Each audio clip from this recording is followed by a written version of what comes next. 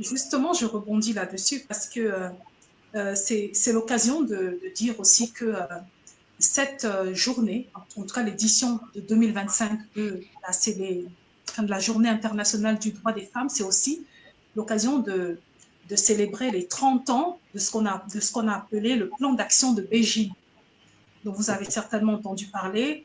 C'est en fait un plan d'action qui a été signé en 1995 par 189 gouvernements dans le Cameroun.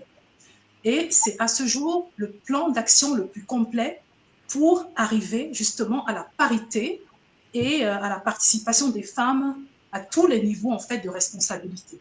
Or, 30 ans après, pour le cas du Cameroun, on se rend compte qu'il n'y a rien qui est véritablement bougé, puisque Clément, on se le rappelait tout à l'heure, sur près de 90 ministres au gouvernement de Paul Biya, ce qui est déjà énorme pour moi.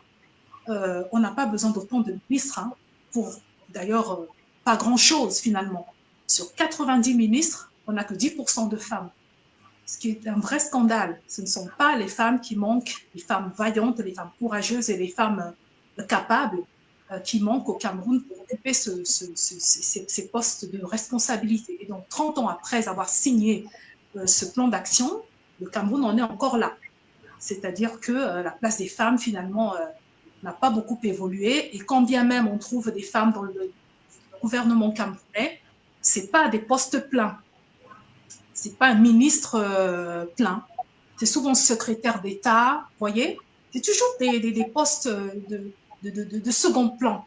Et justement, j'écoutais encore le président national hier dans son adresse aux femmes où il disait justement que lui, il veut changer ça. Il n'a pas envie que la femme camerounaise ne soit reléguée qu'à un poste dans les gradins, vous voyez, où on lui confie uniquement un travail de colleur d'affiches ou un travail ou alors où elle n'est là que pour faire de la figuration. Voilà. Lui, il veut complètement changer ça. Et d'ailleurs, ça se vérifie au sein du directoire national, puisque j'en suis l'exemple vivant devant vous, une femme que le président national a choisi pour occuper le poste de secrétaire national en charge du tourisme et de la protection de l'environnement. Bon, il a choisi de confier ce poste-là à une femme et c'est un poste plein.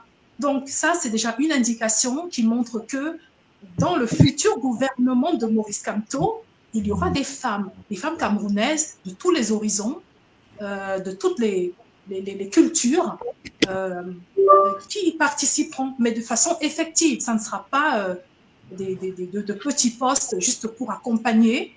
Non, ça sera véritablement une façon de remettre la femme à sa véritable place, celle qui est la sienne, à savoir de jouer pleinement son rôle au sein de la société.